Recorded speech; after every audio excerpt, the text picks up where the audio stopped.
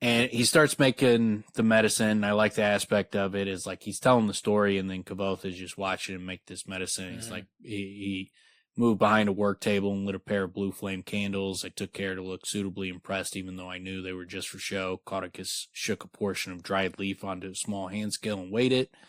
Do you have any trouble accepting rumor into your research? Not if it's interesting.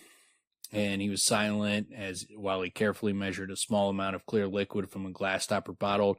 From what I understand, the Lackless family has an heirloom. Well, not an heirloom exactly, but an ancient thing that dates back to the beginning of their line. Which, if the line goes all the way back to Iaxis, is super ancient. Yeah. And this also, because I do think Iax is the OG Lackless, I do think that this is Feyrienial, Doors of Stone type of shit. I think that he created the Fae, and I think he's probably specifically created Feyrienial and all these little different access points to all the different roads of the world, all the waystones. I think we're going to find that Iax is the one who created all this shit, and then they fucking locked him behind his own doors. So in the box is the key. It's Celatos's eye. It's what's in the box? Yeah, I don't know. Don't know. I obviously it'll have some kind of importance with the door, you would think.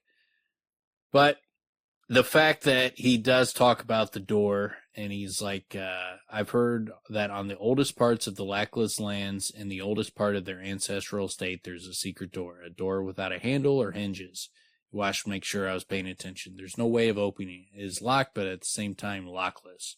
No one knows what's on the other side. This could also be, the four-plate door. I mean, it could be that their land was, the Lackless land was where the university is located now, and the Doors of Stone are where, that behind that Lackless door is Feyrienial, and then the Doors of Stone is the Circle of Greystones. That's what I suspect is the case. I just don't know if when they're describing the Lackless door, are they talking about the four-plate door, or are they talking about the Doors of Stone? I think it's one of those two, though. I think it's got to be one of those two doors. Yeah, I think that makes sense, unless it's some other door we haven't heard of. Yeah, which seems a bit odd. But I do think that that's likely the case, that behind the four-plate door is the Feyrienial, and behind the Doors of Stone is Iax, and I think the Doors of Stone are likely the Circle of Greystones. But also, one thing we talked about, how Caudicus might be Amyr, but the fact that he brings this up, he points at the Lackless doors, throws a little bit of a pebble into that theory. Because why the fuck would he tell about that? Why would, if you're Amyr, the Amyr are super secretive. Why would you drop a fucking dime on such a massive piece of information? And what the ways I could kind of see is maybe the Amyr hired Caudicus, and because like the best guess is who would want to stop the mayor from marrying Melwyn? I think Caudicus is clearly trying to stop their relationship from getting together. He's trying to prevent him from having an heir.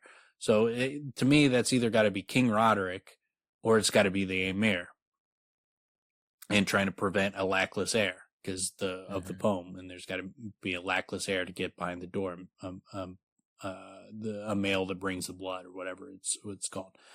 So I think it's got to be one of those two. It's the Amyr trying to stop him from having an heir, or Roderick trying to stop him. And I think it could be, though, that the Amyr hire Caudicus, but I think what could happen is that the mayor believes that Roderick is responsible. Okay. And I think that could, end up being part, because I do think the mayor is the penitent king, and he's one side of the Civil War. And I think that it could be that he is involved in the death of, say, King Roderick. And, then there's a fight for power between him and some other figure for control of Vent, to be the king of Vent. I think that is likely. Well, I think King Roderick. I don't think he's going to make it out of the third book. And so, I mean, and I think that, but like I think the mayor could likely be involved in it.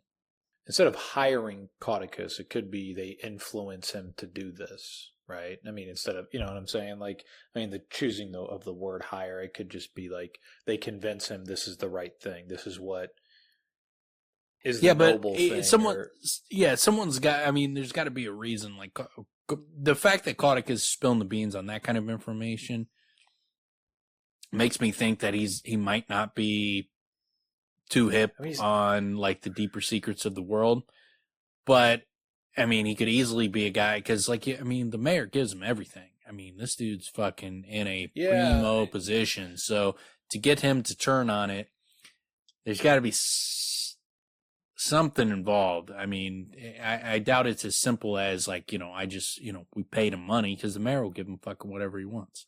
Yeah, that's what I mean. I don't think he's just I also don't think he's just an independent agent of chaos. There's not enough. No. There's not but enough I do. there. So I think he's either part of a group, and then it's just weird that he said that he gave that piece of information. He's part of the Amyr and he gave it, or that someone brought him into the fold and he's just a blabbermouth. So I don't know. I mean, we obviously don't have any answers, but I do think that there's going to be more to Caudicus, and I think I do believe what will come out of it is they don't talk about what Caudicus told the mayor, but I think what will come out of it is that Caudicus pointed him in the direction of King Roderick, or the mayor is going to use it as an excuse to go after King Roderick. When you say Caudicus told the mayor, what do you mean?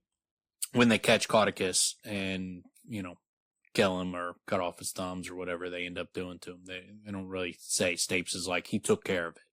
But they catch Caudicus. And so they obviously torture him, and they're going to get some information out of him. And so what I think is likely going to happen in book 3 is that the mayor is either going to he was made to believe that King Roderick was involved in his poisoning. He was responsible for it, or that he makes assumptions and he's wrong about them. But I think this poisoning, I think, is going to come back to the mayor pointing, Kavoth or pointing an assassin at King Roderick. I mean, I guess, if nothing else, it gives him a justification. It gives him, he can utilize it if he wants to. He already has reason to not. I mean, he has to give fealty to King Roderick as it is, right? Yeah, he does not like this situation. He wants to be his own man. Yeah, obviously, yeah. So this is like a massive factor. And then once he gets his health back, now it's like, all right, what else is in my way? How else can I, become bigger than what I was? This is clearly huge. I mean, anybody in a position like him, they want to grow their world, right? They want to grow their power. And it seems clear that, people are trying to pit these two again to cause a civil war. Like, they're robbing the money that the mayor has to pay to Roderick is being robbed and waylaid by the bandits. And so that could cause a rift that, if the mayor couldn't fucking pay Roderick or something along those lines, that could cause a rift. And this poisoning, that could be used to cause a rift between the mayor and Roderick. So you could see a situation where the mayor has Roderick killed, and then there's a civil war in the aftermath over who's going to be the king of Vent. Yeah, I guess it is. It is interesting that he does. It is interesting that he talks about this. That he talks about the Lackless box, the Lackless door to Kavoth. Yeah, I mean, this kind of goes back to, like, I don't know, man, one of our early episodes, like 6 or 7, 4, where we talk about. Is it 4? Where we talk about. Yeah, it would be where. Well, it kind of goes all the way back to why didn't Abinthy or.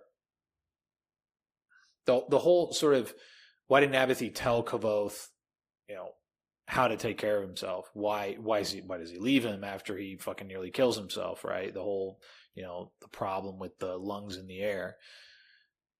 it's like he's leading him down some path. So maybe Caudicus just says this just to lead Kvothe down some path. It's a bit odd, right? Yeah. For that just to be the reason. It should be tell us a lot more about Caudicus, right, than it does Kvothe. Yeah. Why he's getting this information now, why it's coming from this individual, and that's one of the big questions about Caudicus, and that's why we should find out more about him, is that we don't know much about him to begin with, and he leaves pretty quick. Yeah, I mean, yeah, there's got to be something going on there, because they left it hanging. He just what the result people. When they caught him. Yeah, but I mean, like, that's when they catch him. Yeah, and then when they catch him, we don't hear, like, what the resolution was, like what exactly happened. It was just left hanging. So there's going to be more to that, and I think what it will likely be is a catalyst in creating the Civil War, and could be a catalyst in what causes Kvothe to go down the path to becoming a Kingkiller. Yeah, but yeah, so obviously won't really get any kind of resolution until book 3, but I'll have more to say on kind of exactly how I think the king killing's going, but we'll come up to that here maybe next episode or the one after that. It does. I mean, the way that Caudicus is like, I travel quite a bit. Many of the noble houses are eager to host the mayor's own arcanist. This makes me privy to some interesting facts. I mean, this tells us in that instant when we're reading it, is like, dude, Kvothe should be pumping this dude for information about the Amyr and the Chandrian. Here's a chance. Here's like a real chance to get that info. Come to find out, he's going to get that with the mayor, or at least they have those discussions which get him closer, which is fucking great. And really, he comes to us with that gossipy shit and like the self-important shit. He comes across as someone who could get wrapped up in a group like the Amyr, and he's like, oh, I'm becoming one of the Amyr, and like I'm working for big guys, but they're just telling everybody. Yeah, they're just using him for a purpose, but he's not like one of them because he can't fucking keep his mouth shut. Yeah, it seems like that makes them look sloppy if they bring him into the fold instead of just utilizing him on the out exterior. Yeah, but you could see where they could like build up his self-importance and make him think he's like becoming big time, and he's becoming bigger than the mayor. He's in the secret society, joining some secret society and doing their work, and they're just manipulating the shit out of him. It kind of plays into his like what we know about his character too. Yeah. So I could totally see a situation like that. But the fact that he talks about the shit is the part that really gives me pause on the Amyr, because they're so fucking secretive. Flies in the face of everything we hear about the Amyr and what it seems that they're doing in the world. So it'd be a little bit weird if he is. Unless it's intentional. There's something else, yeah. Loose lips sink ships, right? Maybe that's the idea, is he's setting that. Well, still, it's a little strange, man. Because it doesn't really fit. In the Amyr, like, oh, hey, go put Gabby McTalks-a-lot with the mayor. What? Why? Yeah. What, Got this secret society, and you pick the guy who can't fucking shut up about the Lackless door? Put him in a position of high power? Yeah.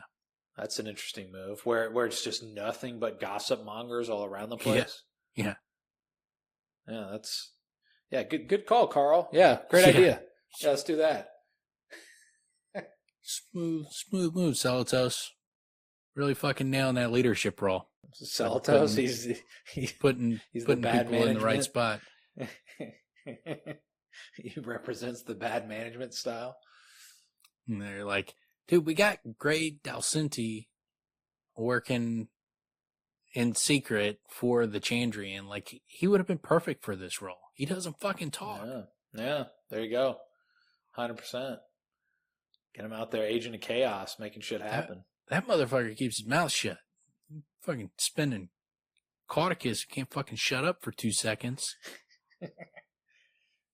It's like he gets business cards made that say Caudicus, bottom, Amyr.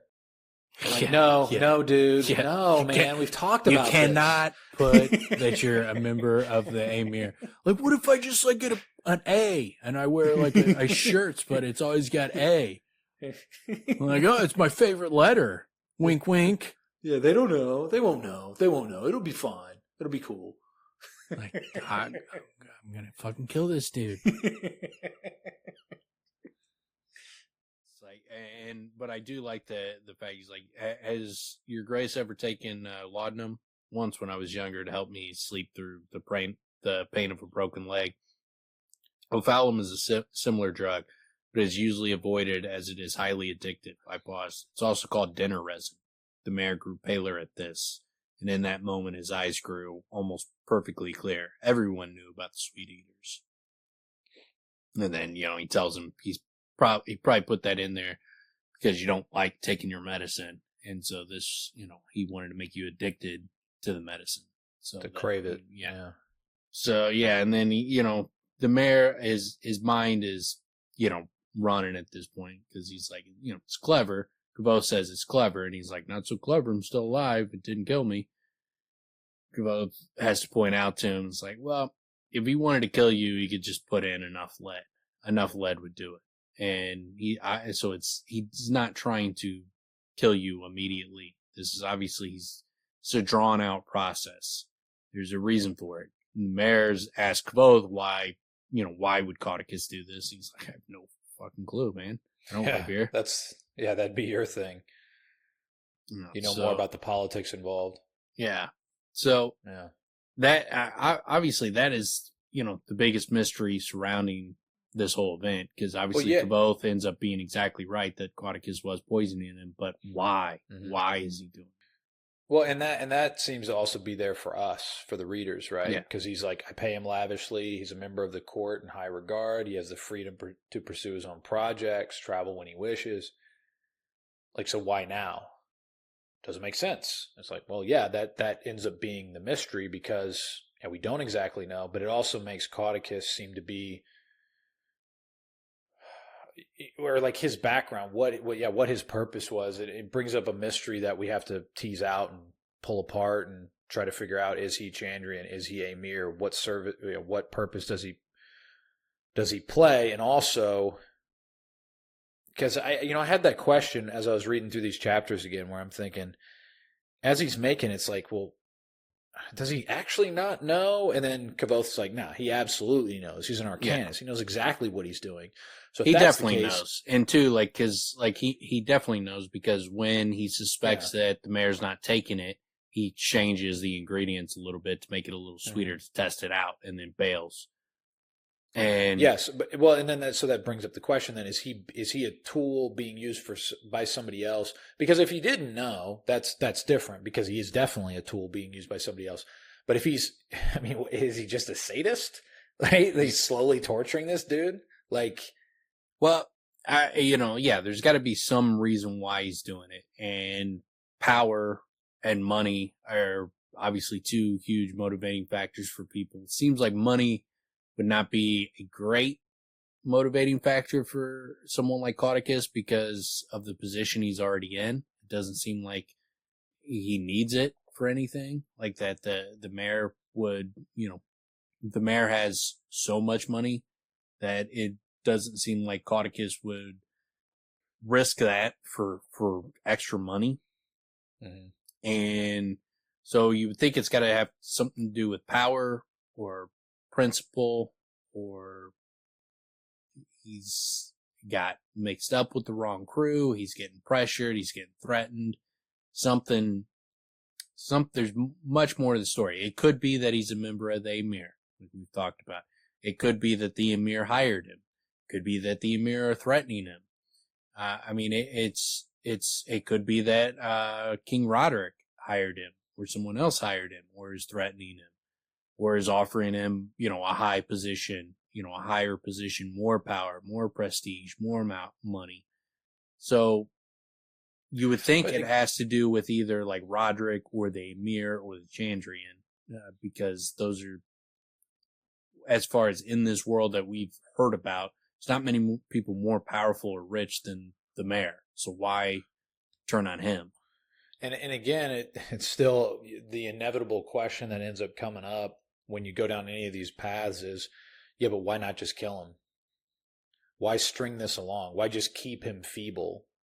Like, what's that about? Is it just to prevent the heir? Because that's what it sort of seems, right? Because, I mean, well, I don't know. Like, I mean, you prevent an heir by killing the guy, too. Yeah, but you could also, if you're Caudicus and you're trying to, let's say it was, they just want to make sure this dude doesn't get married, doesn't produce a kid, and then they're eventually going to kill him, but they want it to be this is something that happens over a long period of time so that there is no suspicion. They don't want anybody questioning why he died. They don't want someone thinking poison or anything along those lines. So they make it a drawn out process. And then it also would leave, if Caudicus was able to kill him in a long drawn out process, and he, ups it up because the mayor's bringing in, having Kvothe come in so he can try to get with Maelwyn. So the mayor is like, at a position now where he's like thinking about, I gotta fucking get an heir. Gotta get one immediately. And so he's desperate. So Caudicus might be like, all right, it's time to fucking put this guy out to pasture. And if he does it in a way where there's no suspicion involved, it could line him up where, King Roderick would appoint him to take over for the mayor. So that could be, a line of reasoning where you could make the story where Roderick hired him to do it and said, if you take him out, then I will put you in his place. But the only way that works is if Caudicus is not suspected of killing the mayor. Yeah. So that's like the type, because when you think about power, like what else? Like, what are you just going to be, the mayor, like the governor of some little tiny town? No, you think he would want a prominent position, and to take over as the ruler of that kingdom would be a position that he would covet. And so, yeah, I don't know. It's pure speculation, but that is one path it could go. Well, obviously we don't know. So yeah. And that's why it brings on the speculation. It's a really interesting mystery to weave into this.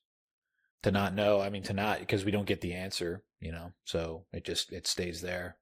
But yeah, so then he's told to go get the medicine from the mayor, or from Caudicus, and I look, Caudicus is so dismissive of Kvothe in the beginning. He's like, oh, our fledgling historian.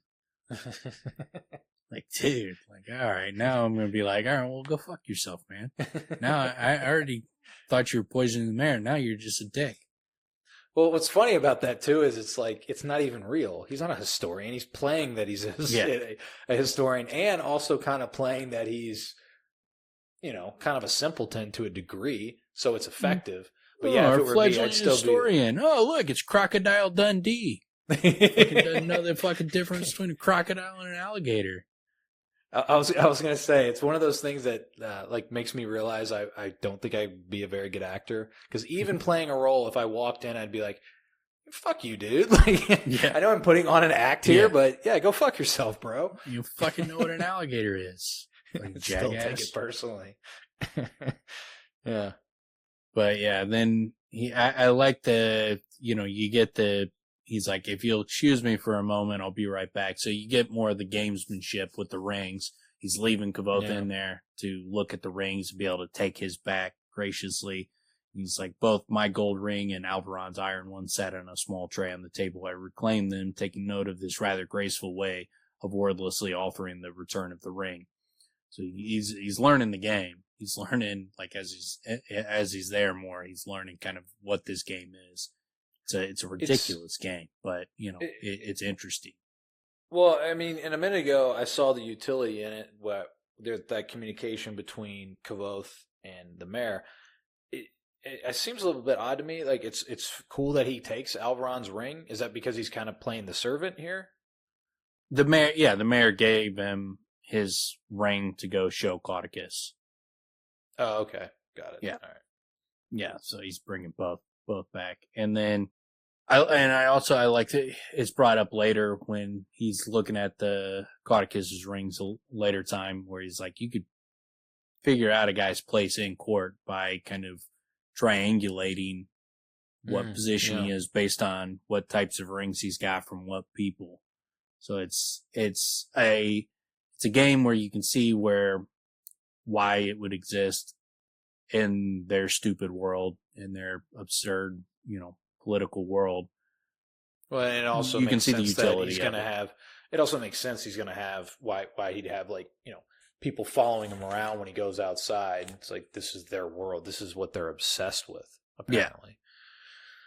Which shows you that they have a lot of wealth here because it's a lot of people sitting on their ass, and it's all about posturing and politics. Yeah, and you see, when he's looking around this room, he's sees the wealth. He's like, dude, why would this dude? He's got everything. See, this is he might as well be at the university. He's got everything he could possibly want. Why is this guy doing this?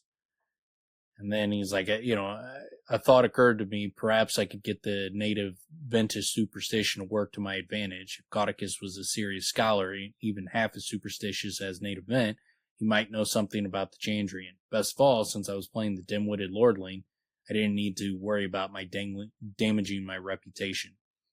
See anything you're interested in? I turned, shaking my head. Not particularly, I said. Do you know anything about the Chandrian? Very subtle. He just immediately is like, no, not really. Do you know anything about the Chandrian? Chandrian. And then Caudicus looked at me blankly for a moment, then burst out laughing. I know they're not going to come into your room at night and steal you out of your bed, he said, wiggling his fingers at me the way you teased a child. You don't study mythology, then? I asked, fighting down a wave of disappointment at his reaction. It's hardly mythology. One could barely even stoop to call that folklore. It's superstitious bunk, and I don't waste my time with it. No serious scholar would. So, when he says that, I don't take him as trying to push Kvothe off the subject. Mm-hmm. It seems to me that he thinks is nonsense. So those kind of things give me hesitation to say that he is a member of the Amyr. Maybe he's trying to become a member of the Amyr, and this is what he's got to do, poison the mayor to get in with them, to join them. Or has nothing to do with the Amyr at all, and it's King Roderick or something like that, or the Chandrian or something. But if it's the Chandrian, it doesn't seem like he knows it's the Chandrian. So whoever it is, he's not. It does not seem that he is deeply knowledgeable about what the fuck is really going on. Well, that's what's so strange about it, because it makes him seem like he's a tool of someone else. Well, that's what I mean. It seems, that's what makes it so strange to me, that he's a tool, yet Kvothe makes the point, how he's poisoning the mayor is very careful. It's not an accident that he's doing it the way he's doing it. It's very, very careful to be able to keep him alive and keep him weak. And the way he's doing it is he's still an arcanist. He's very knowledgeable, so he's a very good tool, but it does not seem he understands what is going on big picture in the world. That's strange to me, because then it's so what's the motivating factor if it's not a bigger picture sort of situation? Of course, we don't know. It could be. You think it's got to be power or brought into a secret community where, we'll teach you what's really going on in the world. You be brought into our secret society, that type of thing, where I can see it's he's trying to get admittance to the Amyr, or someone is hiring him like the King Roderick, and he's trying to get, replace the mayor, that kind of thing, to become the seat of power in that area. But you think it's got to be some type of power type of situation, because otherwise he's got plenty. He's got what he needs. He's got more than enough. Yeah. Yeah, it's interesting. Yeah, and then he brings up, the stuff on the Lackless family. He's like, in case you might be well served in considering their name. He adjusted an alcohol lamp underneath a simmering glass of alembic in the midst of an impressive array of copper tubing. Whatever he was distilling, I guessed it wasn't peach brandy. You see, names can tell you a great deal about a thing. I grinned at that, then fought, to smother the expression. You don't say. Oh yes, you see, names are sometimes based on other older names. The older the name, the closer it lies to the truth. Lackless is a relatively new name for the family, not much more than 600 years old. For once I didn't have to feign amazement. 600 years old is new? The Lackless family is old. He stopped his pacing and settled down into a threadbare armchair. Much older than the House of Alveron. 1,000 years ago, the Lackless family enjoyed a power at least as great as Alveron's. Pieces of what are now Ventus, Modag, and a large portion of the small kingdoms were all Lackless lands at one. What was their name before that, I asked. He pulled down a thick book and flipped its pages impatiently. Here it is. The family was called Leoklos, or Loklos, or Leolos. They all translate the same, Lackless. Spelling was rather less important in those days. What days were those? I asked. He consulted the book again. About 900 years ago, but I've seen other histories that mention the Leoklos 1,000 years before the fall of Ator. I only think the reason I think he makes a point of how old the Lackless family is, because it's not important to that Kavoth is a Lackless. I think it's only important if their lineage goes all the way back to like an Ajax or Haliax or Lyra. It's got to be something like that, because why does he put so much into the fact that the Lackless door and their name was Lackless? They go further back than everybody, and they used to control parts of Modag and this and that, and like it's so heavy-handed that they go so far back. The only thing the story deals with that goes that far back is the immortal creatures, the creation war. And so it's got to be that they are, I cannot imagine a scenario where the Lackless family has nothing to do with either Ajax, Haliax, or Lyra, or, all three of them. It definitely insinuates that they play a big part in where the world is now and what is going to happen. I mean, the box, the door, all that stuff looms very large in the overall arc of the story. Then you also have Kavoth's bloodline and, the importance of names. I mean, it's funny to me in a way that this is coming from Caudicus, right? Because he's not like a stoolie, but he is being used in some way, but yet he's delivering this important information, and he's delivering in a way that seems very consistent with Rothfuss's message, right? Or, the message of those knowledgeable of this world.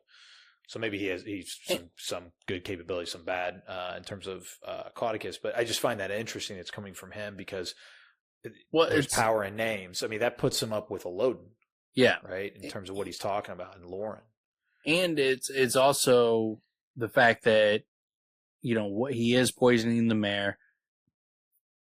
And when we look at the Lackless poems and that you might need a Lackless male heir to open the doors of stone, it lends more credence towards him being recruited by the Amyr or part of the Amyr. This is another one that lends towards the Amyr, and that if he was poisoning the Maer to prevent him from having a Lackless heir, it would make sense that he knows all this shit about the Lackless family.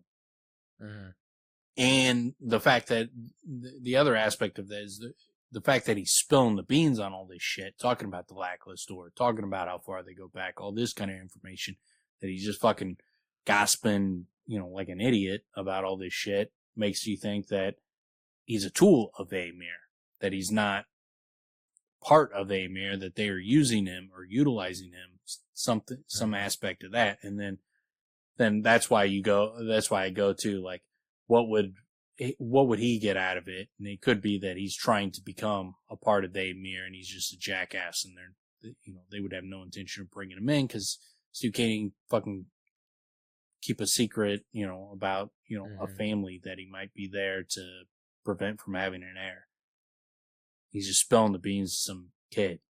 Yeah, it seems like that would be pretty poor judgment on their part, unless the intention is that he does this. Unless the intention is he feeds this information. So and from their perspective, Kavoth doesn't get anything out of this. He doesn't learn anything. It may be a piece to the puzzle later on when he gets more information. He figures out that Natalia Lackless is his mom. But at this point, like, this is all just going in one ear and out the other. So it's not like this is such dangerous information that if he says it, that anybody who hears it is going to pick up on it, because we don't even know.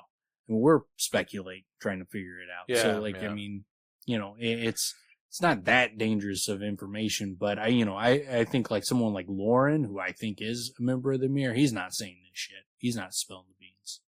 He's not saying any of this. He's keeping everything close to his vest because I think he's part of the Amyr, and he knows fucking hold your cards close to your vest. Whereas this guy, I think is more being utilized by the Amyr, and he just doesn't get it. So remind me, Kavoth's dream that he has, where the person who stayed with the troop, I don't remember if he was blood relation in some way, but was his name Lackless? Lackless, yeah, something like that. Lacklin or Lackless, I can't remember off the top of my head. But yeah, it makes me think that and we know Natalia Lackless, so it's almost surely a broken branch of her family that came to visit her.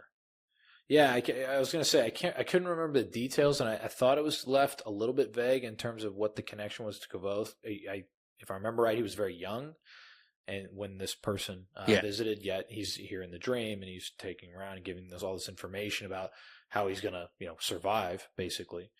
But we get that here. We literally get Lackless.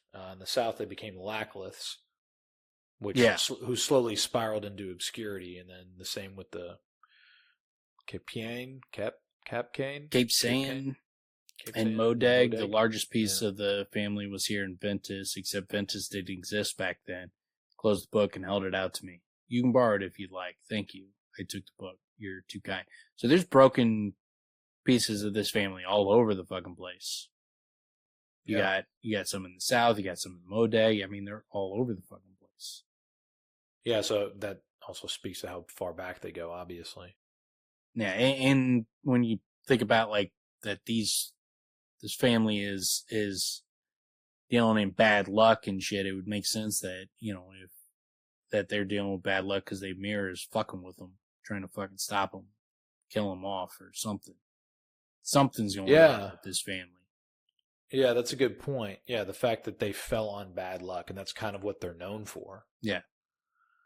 Yeah, that's interesting. That's an important point, right? I mean, to consider about, where's that bad luck coming from? Is it an outside force, or is it, something else? Is it magical? Is it something to do with that, Iax was called Luckless or something like that, and, it's just being part of his heritage? Or is it, it's not bad luck, it's people are fucking with you? Yeah, they did something that got them cursed, right? Something within that time. I mean, there's plenty that could be speculated at.